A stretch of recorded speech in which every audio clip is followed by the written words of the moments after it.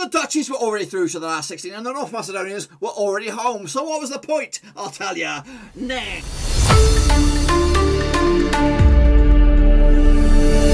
That's right, folks, back once again with another match review, looking back, of course, the Group C encounter between North Macedonia and, of course, the Duchies, and we'll get to that in just one second. If you're new, where have you been, boys? Smash your subscribe button to keep your bag out to date with all things Euro 2020 related, Blackburn Rovers related, football related. We got it all here, boys. No more Ruskies. That's right, of course, North Macedonia wanted to try and at least give a good account of themselves in Group C. Of course, the Duchies wanted to go the distance and, of course, be 100%. And, of course, one of those things happened, and, of course, one of those things didn't. I'll take a look at that in a minute. Big shout out to the VIPs. They are the Patreons. Thank you for supporting one. That's right. Thank you very much for supporting Blackburn Overseas. If you are interested in becoming a Patreon, check out that link down below in your description, patreon.com/Roverseas. So here we go. Take a look back at, of course, the latest result over in Group C. In fact, one of the final results, if not the final result, as the Duchies came on through. That's right, 3-0 in the end. That's the good description to me. Depay with another goal for him, and Georgino Wijnaldum with a brace, a quick fire brace as well, on the 51st and the 58th minute to take all 3 points with all 3 bloody goals. Absolutely one-sided affair. 59% possession for the Duchies, 41% for North Macedonia. They did a good account for themselves. Of course, they were expecting a lot of these, but they did fight. They did kick and they did scream, but unfortunately they will go home with 0 points on the board. We'll elaborate on that in a minute, of course. But yeah, the stats do not lie. 59% going in favour of the Duchies, 41% going in favour of North Macedonia. They did pepper the goal, though, a little bit. The North Macedonians, 13 shots for them on the day, 7 off target, just 1 of them on target, though. That's where it hurt the most. 5 shots were blocked / saved. As for the Duchies, 17 shots for them, 7 on target, 7 off target, and 3 in the back of the net for sure as well. 7 corners to their 5. What else do we have on here? Couple of 6 big chances, they say, on this one. 600 passes as well to 409. 512 accurate passes, which equates to 85% success rate with their passes, 83% for the North Macedonians. Aerial duels won by the Duchies 5-2, and the corners 7-5 as well. But all in all, for the most part, the only thing that could probably stand out was the amount of yellow cards going in favour of North Macedonia. They had more. They had more than that. But all in all, 3-0 in the end. Job done for the Duchies. And, of course, they'll be licking their lips to see who they're going to be taking on in the latter stage. So the North Macedonians are actually the lighter colour and the Duchies are the darker colour. This is with their shot grids. So the North Macedonians were resulted to a lot of long-range efforts and a couple of little wild ones here. Look at how wild these guys are, not on target. As you can see, for these yellow-green ones, I believe they're the ones that are on target. I'm slowly figuring out these stats here, guys, slowly but surely as we get into the knockout stages. About the right time, I'm figuring it all out. So these yellow ones are the ones on target. So this one was the one and only shot on target for the North Macedonians. But they did try. They tried their very best. And again, Pandev, veteran striker. It's going to be a sad day when he hangs up his spurs, but he's getting on a bit. We might still see him in the run-up for the World Cup if they can get over the line and be back again. So it might not be the end completely for Pandev, but it could very, very well be. Take a look at the heat maps then, shall we? The Duchies, of course, coming down the Duchies coming down the left-hand side way, as you can see down here.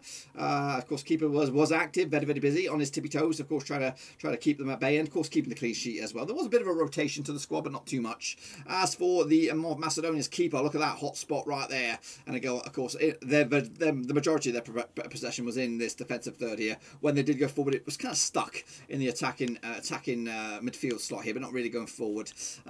Maybe a little bit of possession creeping forward, but not really much. As for the touch map, here we go, coming at you with the Duchies. As you can see, predominantly coming down that right hand side. It looks, this seems where it all packed, and a lot of touches down that right. As for the North Macedonians, again, keeper very, very active, and again stuck in that defensive third. When it did go further forward, it was more towards the left, creeping around here a little bit. Yes, that's for the tail of the tape. As for the lineup, Skeltonberg between Stixie stayed, Deli Blind, De Ligt, and De Vrij at the back there. 3, the defensive core, of course, getting the minutes in there for De Ligt. Gravenberch did start, Frankie de Jong, and Denzel de Vries alongside Patrick Van Aanholt to complete the set, with Wijnaldum, Don Jalman, and Demefs Depay completing the attacking trio. As you can see, there's a lot of Surinese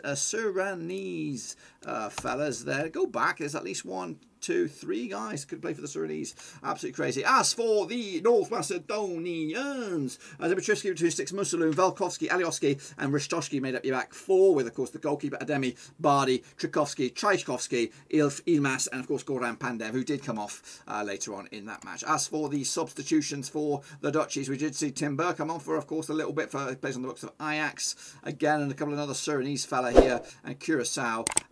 Quincy Proms come on, Cody Gapko, Stephen Bourgeois, and Wout Workhorst, trying to get amongst the goals. As for the Macedonians, Boban Nikolov, Ferhan Hassani, Tomasz Kishonkidov, Darko Chilanov, and Vlacho Stonczynski getting on the field for a little bit of Euro 2020 action.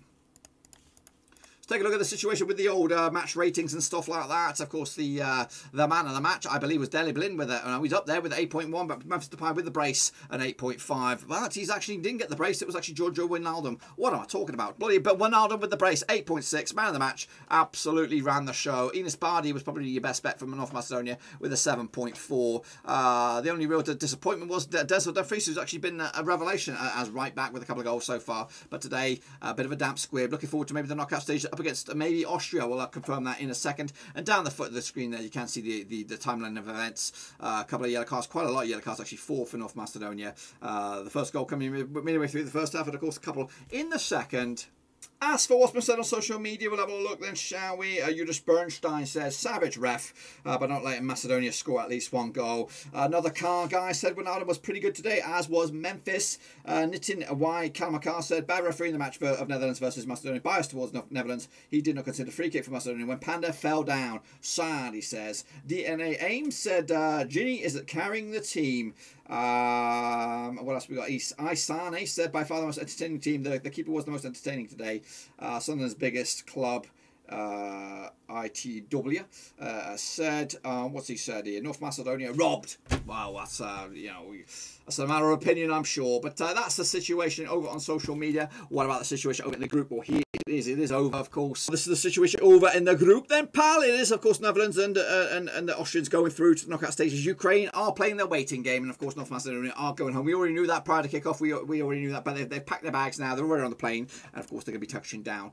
This is the situation over in the bracket. How do you like that? Look at that then. Of course, we already know one match, and that is between Italy and Austria. The Dutchies play their waiting game, of course, and Austria, confirmed their date. Ukraine are in the mix for of course, the last 3 scenario. It's not looking good at the moment. They've played their 3, though. They've got their thing over the bag. What they want to expect, really, is maybe a Portugal heavy defeat by the French. That'll put them in a bit of water. And, of course, the Finns taking on the Belgians as well today. That'll also push maybe Ukraine up. And again, if they finish in second by the end of tomorrow, they'll be there. They'll be there, home and hosed, of course. And we'll have to wait and see, of course. In fact, if they're in 3rd spot by the end of play today, with the Finns moving down, it will probably they could probably start to maybe think about going through to knockout stage. It won't be confirmed until, of course, we know the final whistle on Wednesday. Well, there you have it, folks. There you have it. We have to say goodbye to North Macedonia, but we've only just started to say bonjour to the Netherlands. Of course, they go through to the last 16,